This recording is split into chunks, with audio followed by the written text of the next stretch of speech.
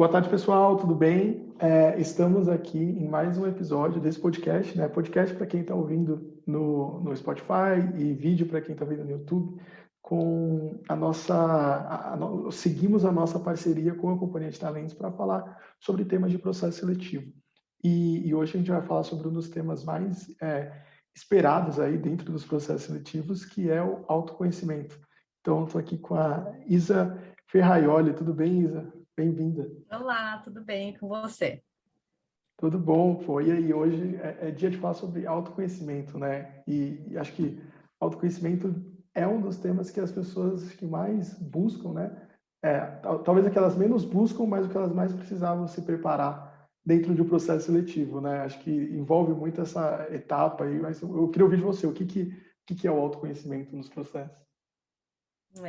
Eu acho que você descreveu super bem, Pedro. Eu acho que é uma das coisas mais importantes para você começar. Eu acho que não só um processo seletivo, né? Eu acho que para você começar uma carreira profissional, eu acho que o autoconhecimento faz toda a diferença, porque ajuda você a entender melhor o contexto, a entender melhor aonde você está se inserindo, né? Mas é muito difícil, porque para você ter o autoconhecimento, você precisa olhar para dentro. E tem algumas coisas aí que a gente acaba descobrindo no meio do caminho que são, às vezes, difíceis, mas importantes. Então, eu acho que a gente vai falar um pouco aqui exatamente sobre isso, né? Como a gente faz para se conhecer, para desenhar uma linha do tempo, uma trajetória do que a gente já fez até o momento, para que a gente tenha mais robustez e mais conhecimento próprio mesmo para poder entrar dentro de um processo seletivo mais seguro. Que eu acho que isso faz toda a diferença dentro de um processo de seleção, né? Então, quanto mais seguro você está, mais fácil vai ser você trazer para a empresa aquilo que você tem como pontos fortes e como fortalezas mesmo. E você só consegue fazer isso de fato quando você se conhece. Então, acho que você trouxe aí um resuminho legal Pô, do que é necessário. pô, que massa. Acho que é um tema muito importante e eu mesmo posso dizer que, putz, depois que eu fiz alguns trabalhos de autoconhecimento, meu desempenho foi muito melhor, não só em processo, mas na vida. E acho que a pergunta que muita gente que está assistindo aqui é, putz, por onde eu começo? Qual que é o primeiro passo? Putz, eu nunca fiz uma entrevista, nunca mandei um currículo, como que eu me autoconheço, né? É engraçado, mas essa pergunta. É. Eu acho que existem alguns caminhos, né? Para os processos seletivos, eu acho que a primeira coisa, antes de você também fazer o processo interno de autoconhecimento, é entender aquilo que faz sentido para você numa empresa. Então, qual é a empresa que tem o propósito que é concomitante àquilo que eu busco, né? A cultura da empresa versus aquilo que eu tenho como perspectiva para minha carreira, para minha vida, etc. E aí, uma vez que você tem isso desenhado, eu acho que tem alguns caminhos importantes para você olhar para si, se entender e fazer essa adaptação. Então, eu acho que existem alguns testes super bacanas que são gratuitos, inclusive, você consegue encontrar eles na internet, de âncoras de carreira. Tem uma empresa que é uma empresa do Grupo Companhia de Talentos, por exemplo, que chama Beta, e ele tem uma jornada muito legal de autoconhecimento e também é gratuito. Então, os candidatos podem acessar, podem fazer esse exercício, porque ajuda bastante, de fato, no processo de se conhecer melhor. Outra dica super importante é você construir eu acho que uma linha do tempo mesmo, né? Da sua vida, da sua carreira, e entender quais foram os pontos principais que você identifica. E aí, dentro desses pontos principais, você conseguir pegar situações, lições aprendidas, e a partir delas conseguir entender um pouquinho o que você aprendeu com elas, o que você poderia fazer de diferente. Acho que uma última coisa legal para se fazer é pedir feedback. Eu acho que é uma das coisas mais difíceis de serem feitas, mas talvez uma das mais importantes. Então, pega pessoas que já trabalharam com você, pessoas que estudaram, às vezes você nunca trabalhou, mas na universidade mesmo, né? Você participou de alguns grupos, você fez alguns trabalhos, pode perguntar para professores e pedir feedback daquilo que eles entendem que são suas maiores fortalezas, o que são as oportunidades de melhoria, e aí a partir daí conseguir entender melhor cada uma delas e potencializá-las, né? Eu acho que o que você tem de fortaleza fazer com que fique cada dia melhor e as oportunidades de melhoria, entender o que você poderia ter feito de diferente e trabalhar nelas, porque eu brinco que não é não errar, não é não ter. Os candidatos costumam falar, né? Quais são os defeitos? Não são defeitos, são coisas de fato que você precisa desenvolver. E quando você ouve isso de outras pessoas, você consegue desenvolver elas de uma forma mais estruturada, talvez, né? Porque você consegue ouvir de outra pessoa, elaborar aquilo e fazer a diferença a partir disso. E é muito legal. Acho que o que você falou é muito legal, porque eu fazendo aqui na minha vida, eu lembro que quando eu estava prestando para os programas de estágio e trainee, alguém me falou também, putz, dá feedback, pede feedback e tudo mais. E aí eu fui tentar, tipo, não só no trabalho, mas para minha família, assim. Eu falei, putz, será que alguém na minha família consegue falar quais são as minhas soft skills? Eu lembro que eu queria saber quais eram as soft skills. E aí, na lata, assim, minha mãe falou, putz, você é uma pessoa que se comunica bem, você é flexível, mas também você fala muito, então, às vezes, você é prolixo. Ela mandou várias na lata. Eu falei, caraca, como as pessoas que estão ao nosso redor nos conhecem muito bem e a gente não aproveita isso, né, dentro do processo. Exatamente, eu acho que você trouxe aí o ponto essencial, porque as pessoas que convivem com a gente nos conhecem muito e elas trazem pontos que fazem, às vezes a gente sabe, a gente só não enxerga direito, e aí quando as pessoas falam e a gente elabora aquilo, a gente consegue enxergar aonde a gente faz esses movimentos. Então, você falou aí um pouco das suas potencialidades, né, da comunicação e etc., mas que talvez você seja um pouco prolixo. Então, você consegue pensar nos momentos, né, quando você começa a conversar com as pessoas, no trabalho, com amigos, etc., você tendo recebido esse feedback, mesmo que você não tenha aceito ele de início, você começa, eu acho que no inconsciente, perceber isso, e aí quando você percebe, isso volta. E aí você consegue pensar e estruturar em como fazer diferente. Então, para mim, o feedback é uma das ferramentas mais poderosas que tem, de fato, para o autoconhecimento, justamente por trabalhar e por nos dar essa oportunidade, né, de refletir sobre esses pontos no momento que foi dado, mas também nos momentos seguintes. Meu, muito legal. Acho que quem está ouvindo já sai daqui com uma dica que é, pô, peça feedback, não só para as pessoas do trabalho, mas para as pessoas da sua vida. Um outro ponto que você falou que eu achei legal é sobre as experiências, tipo, de olhar no passado e tentar trazer essas experiências, pelo que eu entendi, porque essas experiências podem, por trás delas, terem aprendizados, talentos, soft skills. É mais ou menos isso? Porque o que acontece, né? A gente falou um pouquinho no começo. Quanto mais preparado você vem para um processo seletivo, então, quanto mais você se conhece, você conhece da sua trajetória, você está seguro, mais você vai conseguir transparecer isso e vai conseguir passar uma boa impressão para o recrutador. Então, quando você desenha essa linha do tempo e começa a ver quais são as principais passagens que você teve, então, sabe aqueles turning points na vida, na carreira, aquelas situações de fato que fizeram a diferença, e pode ser na parte profissional, ou na vida pessoal, ou na trajetória dentro da universidade, é indiferente. O importante é você entender quais foram esses momentos e absorver o que teve de bom e de ruim nesses momentos, porque o que teve de ruim gerou aprendizado, e esses aprendizados ajudaram você a se tornar quem você é hoje, inclusive nas potencialidades que podem ser importantes para aquela posição. Então, todas as empresas, elas buscam algumas competências dentro da posição. Algumas competências, elas são competências comuns em todas as empresas, né? Então, a comunicação, a resiliência, o learning agility, que eles falam, né? Que é a rapidez e a agilidade de aprendizado, são algumas das competências que 99% das empresas hoje no mercado buscam nos candidatos.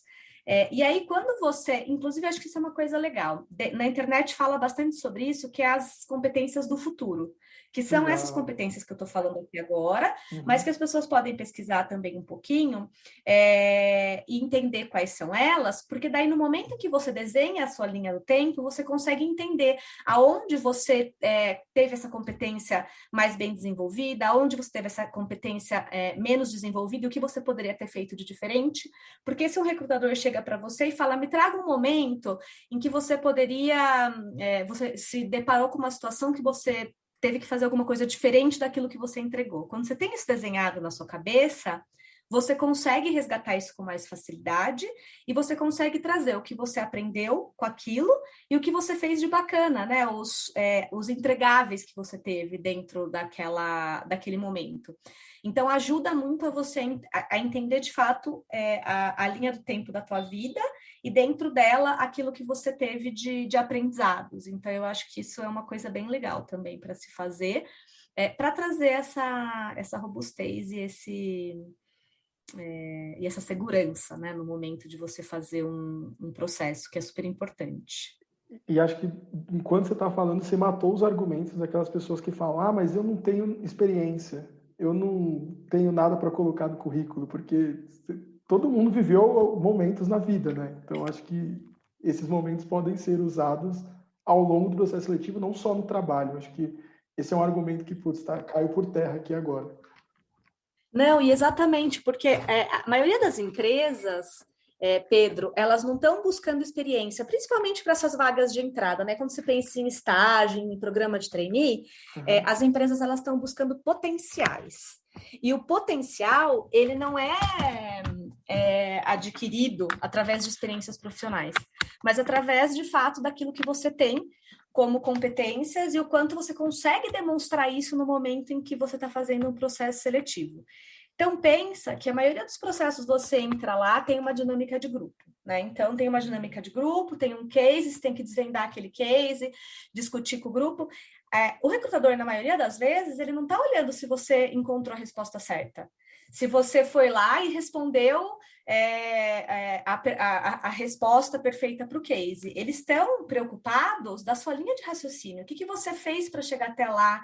Como que você trabalhou com as outras pessoas do grupo? Qual que é o seu poder de influência? Como que você pega a informação que foi dada e trabalha ela junto com a equipe? Então, é muito mais do que a resposta. Normalmente, dentro de um processo seletivo, não tem certo e errado. É muito mais a forma com que você se coloca e a linha de raciocínio que você tem para chegar no resultado final.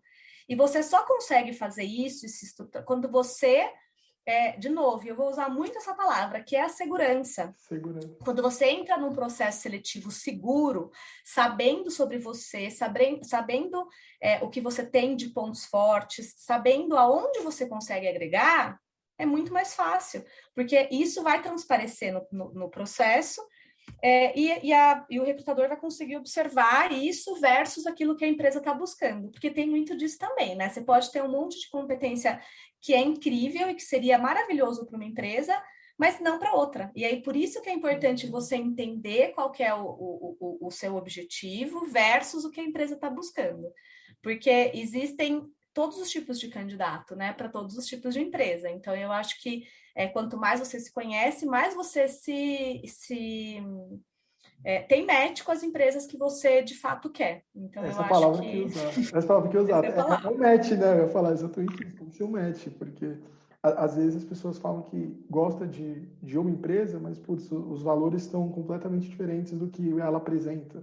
E vice-versa. Putz, a pessoa... E geralmente, pelo que você está falando, acho que isso acontece ao longo da carreira, né? Porque imagina que você não tem esse match, mas você mesmo assim passa no processo seletivo e descobre lá dentro. Aí é até pior, né? Você já está no... É até pior. E aí, por isso que é importante entender isso antes, né?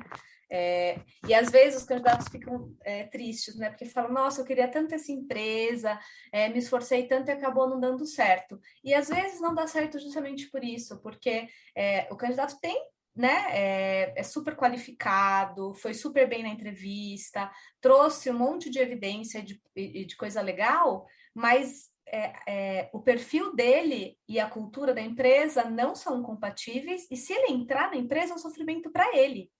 Então, esse é o papel do recrutador também, conseguir enxergar e observar isso para que seja um exercício legal para a empresa e para o candidato, porque não adianta ser bom, a empresa se encanta, um candidato maravilhoso, mas ele entra lá e é absolutamente diferente daquilo que ele gosta, daquilo que ele acredita, né?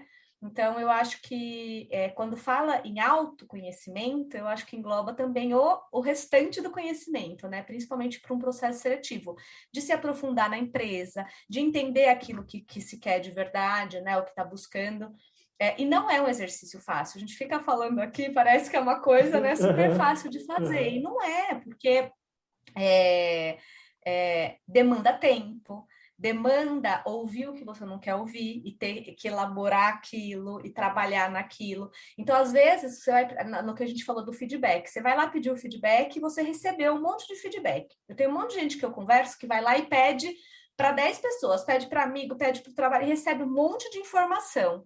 E aí, para elaborar aquele monte de informação é difícil, mas quando você faz, quando você entende que todo feedback que é dado para o desenvolvimento, porque ninguém que não se importa com você vai te dar feedback. Quem não se importa com você vai simplesmente, né, vai simplesmente deixar para lá e falar, ele que se vire, vai dar errado e aí não é problema meu. Se eu estou demandando meu tempo para te dar um feedback, é porque de fato eu acredito em você e acho que você vai ouvir o que eu estou te trazendo e se desenvolver. Então, eu acho que a escuta ativa para receber o feedback é o mais importante. Então, assim, de fato escutar, de fato entender. Às vezes você pode não gostar, mas voltar, parar para pensar por que essa pessoa falou isso. Porque às vezes a pessoa enxerga isso e você não enxerga, mas para a pessoa enxergar isso, você transpareceu isso de alguma maneira. Né? Então, a pessoa não necessariamente, quem dá o feedback não necessariamente está certo. A pessoa pode não estar certa, mas ela entendeu aquilo de alguma forma. Se ela entendeu aquilo de alguma forma, você fez isso de alguma forma. Então, vale, é complexo, mas vale essa reflexão e esse entendimento, porque quando você consegue fazer isso de maneira estruturada, você consegue tirar muita coisa legal, consegue se conhecer muito mais e, sem dúvida, se conhecendo mais, o processo de seleção, o processo... E assim, já dentro da empresa também, tem o processo de seleção, que é o não que é só, a gente... não, isso não acontece só antes, né? Dentro da empresa... Não, principalmente durante, principalmente. Então, você faz todo esse processo e você conseguiu a sua vaga, a vaga dos sonhos, você entrou na empresa. Tem um caminho imenso pela frente em que tudo isso que a gente está falando se torna duplamente importante. Porque lá dentro você vai ter que fazer as suas entregas, você vai ter que relacionar com pessoas diferentes, você vai ter que se comunicar de várias formas diferentes, você vai ter milhões de desafios e você vai conseguir transpassar esses desafios se você se conhece, se você sabe o que você consegue fazer de melhor e o que você tem mais dificuldade. Então, por exemplo, hoje no meu cargo, né? Tem coisas que eu faço com a mão na roda, assim, só acorda, despacha. E tem coisa que é muito difícil de fazer, porque não é o que eu tenho, né, facilidade para desenvolver. E aí que você precisa entender isso e voltar. Que ferramentas eu preciso? O que eu preciso fazer, mesmo sabendo que não é o meu ponto forte, para conseguir desenvolver isso da melhor maneira. Então, eu acho que o autoconhecimento, ele segue com a gente para o resto da vida, e quanto mais a gente se aprofunda em tentar desvendá-lo, mais a gente vai ter sucesso, pessoal e profissional. Pô, incrível. Eu ia te fazer a última pergunta, que é qual dica que você pode dar, mas, nossa, acho que está super, super respondido. Obrigado pelo papo. E em tão pouco tempo eu consegui passar Imagina. um conteúdo tão profundo, né? Porque eu acho que você falou isso ao longo do episódio, que autoconhecimento, as pessoas acham que é simples, mas tangibilizar isso não é simples. Mas acho que a gente sai aqui com vários aprendizados, desde feedback, buscar experiência. A trilha de carreira é algo que eu vou fazer também, porque eu sei que pensar nesses momentos é muito importante, mas obrigado mesmo, viu, Isa? Imagina. Obrigada a você pela oportunidade e precisando de mais dicas, de mais trocas, eu estou aqui 100% à disposição, tá bom? Pô, show de bola. Beleza. Obrigado, viu? Tchau, tchau. Imagina, Valeu, tchau. tchau, tchau.